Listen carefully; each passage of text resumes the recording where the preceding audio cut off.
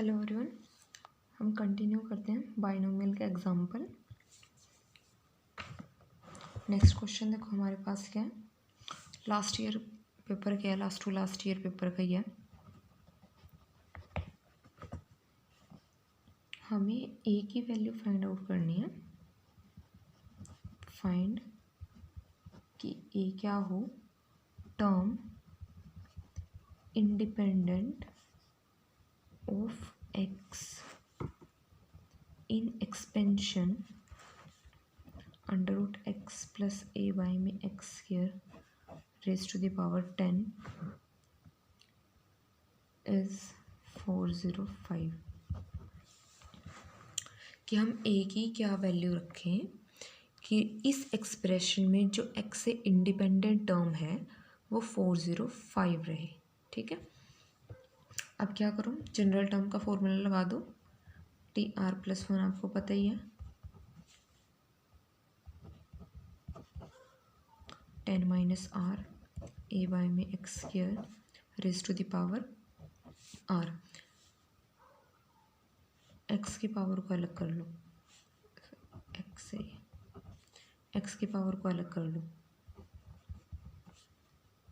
यहाँ से कितना बनेगा, 1/2 पावर है, यहाँ मल्टीप्लाई कर दो, कितना बनेगा 10 माइनस आर बाई में 2, और यहाँ से कितना बनेगा x raise to the power 2r। ठीक है, यानी कि डिवाइडेड बाई में 2r। तो आपके पास पावर क्या बनेगी 5 माइनस आर बाई में 2 minus 2r a raise to the power r। अब टर्म आपको एक्स से इंडिपेंडेंट चाहिए, तो यानी कि ये वाली टर्म नहीं होनी चाहिए। ये टर्म कब खत्म होगी, जब इसकी पावर 0 हो जाएगी। समथिंग पावर 0 1, तो यानी कि ये पावर क्या होनी चाहिए 0। 5 minus r by 2 minus 2 by r equal to क्या होना चाहिए 0।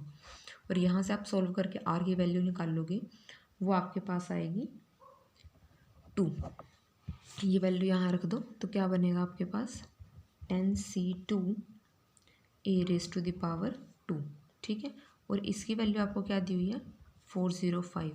10c2 निकालना, वो क्या बनेगा 45। तो 405 बाई में 45 क्या बनेगा 9।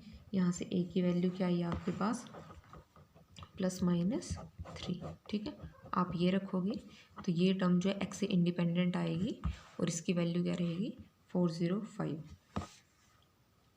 नेक्स्ट क्वेश्चन है आपके पास,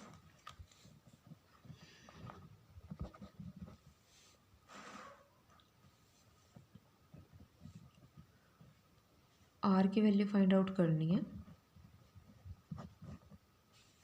जब आपके पास 2r plus 4th term equal हो जाए r माइनस 2th टर्म, दोनों के कोफिशिएंट इक्वल है। ठीक है, किस एक्सपेंशन में 1 plus x raise to the power 18। इस एक्सपेंशन में 2r plus 4th term r minus 2th term, इन दोनों के कोफिशिएंट इक्वल हैं, तो हमें r की वैल्यू फाइंड आउट करनी है। अब देखो जनरल टर्म आपको पता ही है क्या थी, t r plus 1 equal to n c r x raise to the power n minus r a raise to the power r. ठीक है, तो अब यहाँ से वैल्यू निकाल के इन टर्म्स की कोफिशिएंट को कंपेयर कर लेंगे। ठीक है, तो अभी हम सिर्फ कोफिशिएंट बना रहे हैं। यहाँ से देखो, अगर हमें यहाँ पे 2r प्लस 4 चाहिए तो r को क्या रखना पड़ेगा 2r प्लस 3 प्लस 1। ठीक है, यानी कि r की वैल्यू क्या हो जाएगी 2r प्लस 3। तो यहाँ पे n की वैल्यू क्या है 18c 2r प्लस 3। ठीक है, तो इस टर्म का कोफिशिएंट ये बनेगा इक्वल टू किसके जाएगा इसकी। अब इसका देखो क्या बनेगा, यहाँ पे हमें क्या चाहिए r माइनस 2, तो r को क्या रखना पड़ेगा r माइनस 3, ताकि जब उसमें प्लस 1 करे तो क्या बने r माइनस 2। ठीक है, यानी कि r की जगह पे अब क्या आएगा r माइनस 3 आएगा, तो वो क्या बनेगा 18c r माइनस 3। ठीक है, और आपके पास रिजल्ट होता है कॉम्बिनेशन में NCP इक्वल टू NCQ। तो इससे क्या इम्प्लाइज होता है कि या तो P इक्वल टू क्यू हो और P plus q equal to N हो। ठीक है, कंपेयर कर दो, 2r plus 3 equal to r minus 3 होगा, या फिर इन दोनों का सम कितना होगा 18।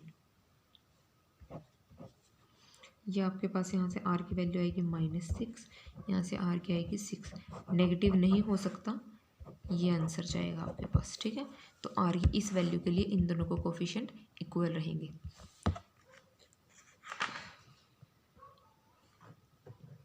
नेक्स्ट देखो, इसी टाइप से है क्वेश्चन। नेक्स्ट स्टेटमेंट क्या है, coefficient of r minus 1th, rth और r plus 1th term in the expansion of this are in ratio 1:3:5। हमें n और r फाइंड आउट करने हैं। तो इसके लिए हम क्या करेंगे, अब यहाँ से ये टर्म बना लेंगे, जनरल टर्म के कोफिशिएंट। ठीक है, जनरल टर्म के कोफिशिएंट किस रेशो में है, इस रेशो में, इस फॉर्म में लिख सकते हैं इनको। अब क्या करो, फर्स्ट टू मेंबर को कंपेयर किया, फर्स्ट टू मेंबर को कंपेयर करके कॉम्बिनेशन को ओपन किया। अब क्या करो, यहाँ पे देखो आपके पास क्या था, r-2 फैक्टोरियल, यहाँ पे था r-1 फैक्टोरियल। तो r-1 फैक्टोरियल आपके पास बड़ा होगा। ठीक है, तो इसको ओपन करेंगे, क्या लिखेंगे, r-1 इंटू r-2 फैक्टोरियल। इस टाइप से ये टर्म आपके पास बड़ी है, इसको माइनस करके इस फैक्टोरियल तक लेके जाएंगे ताकि हम दोनों साइड से फैक्टोरियल वाली टर्म को कैंसिल कर सकें। ठीक है, तो वही किया, यहाँ से इसको चेंज किया, यहाँ से इसको चेंज किया, फैक्टोरियल वाले टर्म कैंसिल, ये वैल्यू आएगी, ये इक्वेशन बनेगी। सेम आप लास्ट टू को कंपेयर करोगे, वहाँ पे भी ऐसे ही होगा। यहाँ पे r-1 फैक्टोरियल, यहाँ पे r फैक्टोरियल बड़ा है तो इसको ओपन करेंगे। इधर n-r+1 फैक्टोरियल बड़ा है तो इसको ओपन करेंगे। ठीक है, n-r फैक्टोरियल तक लेके जाएंगे। यहाँ से फैक्टोरियल वाली टर्म को कैंसिल करके इक्वेशन बनाएंगे।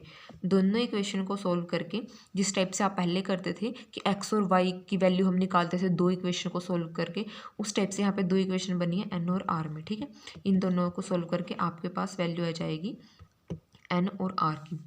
ये नेक्स्ट क्वेश्चन भी सेम इसी कंसेप्ट पे बेस्ड है, इसको आप लोग खुद ट्राई करोगे।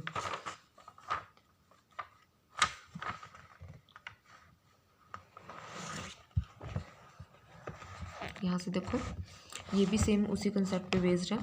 सेकंड, थर्ड और फोर्थ टर्म दी हुई है जनरल एक्सपेंशन में, और उनकी वैल्यू दी हुई है 240, 720 और क्या आपके पास 1080। ठीक है, हमें x a n तीनों फाइंड आउट करने हैं।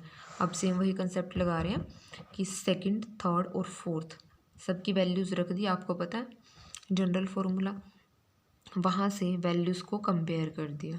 ठीक है, कॉम्बिनेशन को ओपन कर लिया। अब क्या किया, सेकंड को फर्स्ट से डिवाइड किया, ये बचा आपके पास। ठीक है, a/x की वैल्यू निकाल ली, सेम 3/2 किया, a/x की वैल्यू निकाल ली। अब लेफ्ट हैंड साइड बराबर है तो राइट हैंड साइड भी इक्वल ही होंगी। ठीक है, तो राइट हैंड साइड को इक्वल रख के यहाँ से n की वैल्यू निकाल ली, वो क्या आएगी 5। अब क्या करो, अब हमें n की वैल्यू मिल गई है तो उसको रख दो आप ऊपर वाले एक्सप्रेशंस में। ठीक है, ताकि आपके पास x और a में टर्म बचे। ये आपने वैल्यू रख दी सारी, आपके पास x और a की फॉर्म में आई। यहाँ से a की वैल्यू निकाल ली x = 4 की टर्म में। ठीक है, यहाँ से a² की x³ की टर्म में। तो क्या किया, इन दोनों को डिवाइड कर दिया, लेकिन इसका स्क्वायर करने के बाद कंपेयर ही कर दो, डिवाइड की भी ज़रूरत नहीं है। इस टर्म का स्क्वायर कर दो, यहाँ पे क्या बनेगा, a² = 48 बाय में x4 होल स्क्वायर, ये बनेगा।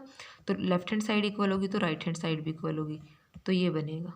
ठीक है, उसके बाद क्या करो, यहाँ से x की वैल्यू निकाल रहा है कंपेयर करके, x5 आया 2⁵, x की वैल्यू क्या आएगी 2, उस वैल्यू को यहाँ पे रख दो, यहाँ से आपको a की वैल्यू मिल जाएगी।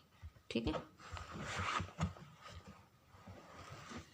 लास्ट देखो,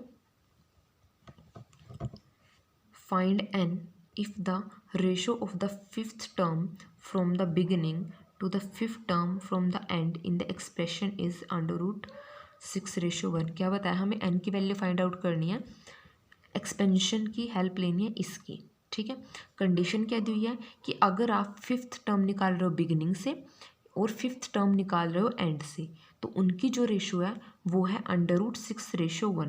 तो सबसे पहले काम हमें क्या करना है, इस एक्सप्रेशन में बिगिनिंग से और एंड से फिफ्थ टर्म निकालने। उसके लिए आपके पास हमने रिजल्ट किया था, अगर आपको याद हो,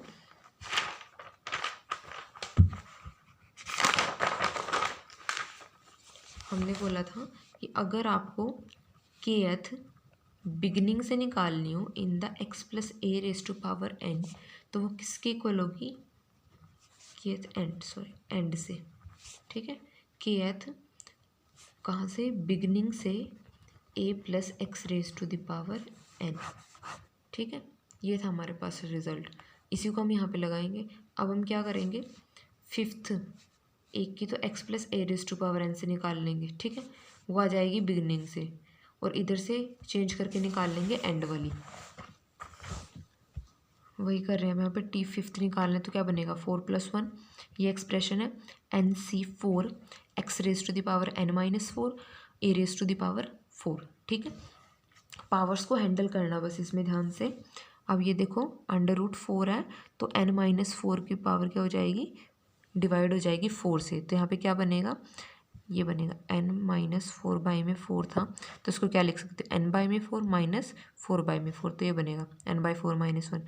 सेम ऐसे यहाँ पे क्या बनेगा, 3 रेज टू पावर -1। अब एंड से निकाल लिया तो इंटरचेंज कर दो, ठीक है, सेम वही रिजल्ट ऐसे बनाओगे तो यहाँ पे ये बनेगा। अब क्या करो, दोनों कहा इक्वल है तो ये टर्म और ये टर्म सॉरी इस रेशो में है, ठीक है, तो इन दोनों की रेशो ले लो। अब इनकी रेशो ली है, ये टर्म कैंसिल हो जाएगी, यहाँ से बस पावर को हैंडल करते हैं। क्या करना है, अब यहाँ पे देखो n/4 - 1 की फॉर्म में है, इस 2 को आप इसके साथ पेयर मत करना, इसको पेयर करेंगे, इसको ऊपर लेके जाओ तो पावर क्या हो जाएगी, रिवर्स हो जाएगी, तो ये क्या बनेगा, ऊपर जाके n/4 - 1 पावर बनेगी, ठीक है। ये ऊपर 3 रेज टू पावर -1 था, इसको नीचे लेके आओ, ये बनेगा, ये क्या बनेगा 6, इसको राइट हैंड साइड में लेके जाओ, इनके पावर सेम है तो बेस का प्रोडक्ट कर दो, तो ये बनेगा 6 n/4 - 1, तो ये वैल्यू आ जाएगी आपके पास, ठीक है। अब क्या करो, इसको आप क्या लिख सकते हो, ये क्या पावर है 1/2, ये क्या पावर है 1, तो 1 + 1/2 6 की पावर बनेगी 3/2, ठीक है। तो क्या करो, अब पावर को कंपेयर कर दो, बिकॉज बेस सेम है, तो यहाँ से आप वैल्यू निकालोगे तो n की वैल्यू आएगी 10, ठीक है। तो यहाँ से आपका ये टॉपिक भी ख़त्म हुआ। नेक्स्ट वीडियो में हम नेक्स्ट टॉपिक स्टार्ट करेंगे।